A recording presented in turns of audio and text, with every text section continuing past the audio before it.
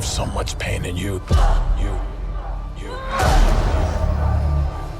So much rage. There's a new Marvel series coming to Disney Plus, friends. It's called Ekko, and it's based on the Marvel character of the same name, a deaf superhero that first appeared on the show Hawkeye, making this a classic spin-off. And let's face it, the MCU has a lot of moving parts, so here's everything you need to know before the show Ekko premieres on January 10th. You and I are the same.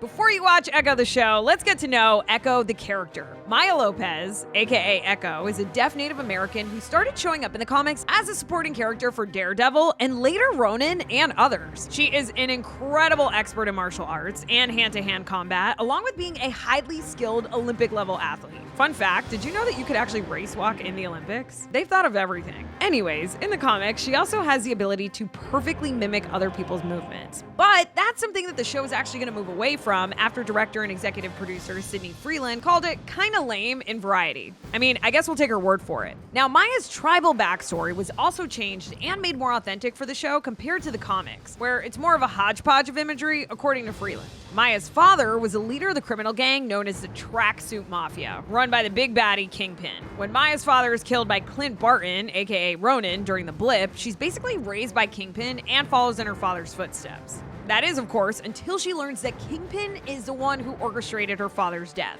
More on that in a second, but basically heading into this show, she's got some serious emotions bottled up and she's ready to blow.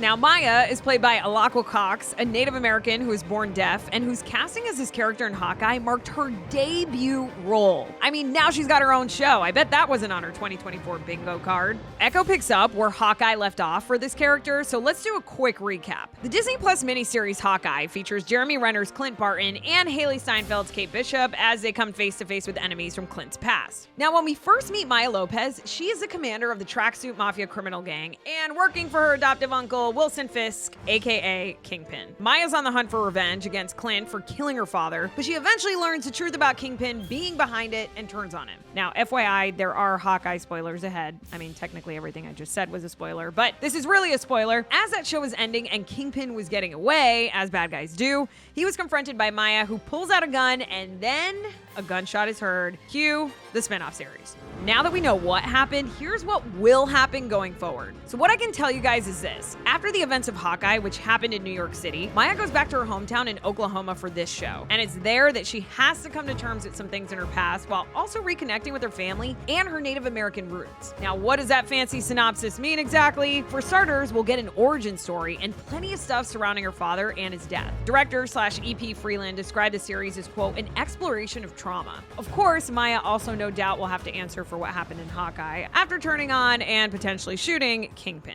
All I know is that this is going to be really fun.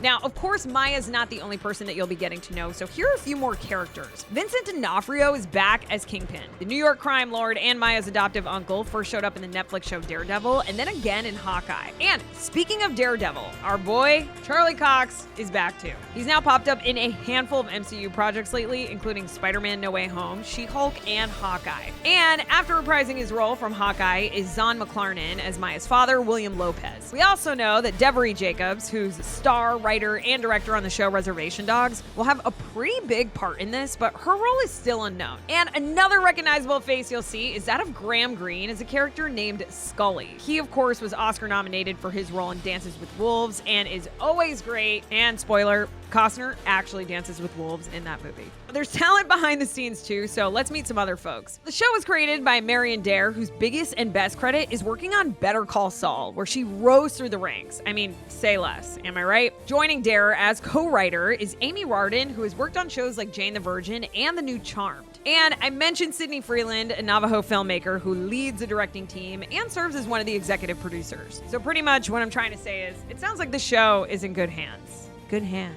Good hands. I mean, do you guys hear that? Is there an echo in here? I'm just kidding. You know I had to do it at some point. Okay, friends, well, that's everything you need to know before the show Ekko premieres on Disney Plus on January 10th. I'm Naz Perez. Thanks for watching, and be sure to rate and review this show at RottenTomatoes.com.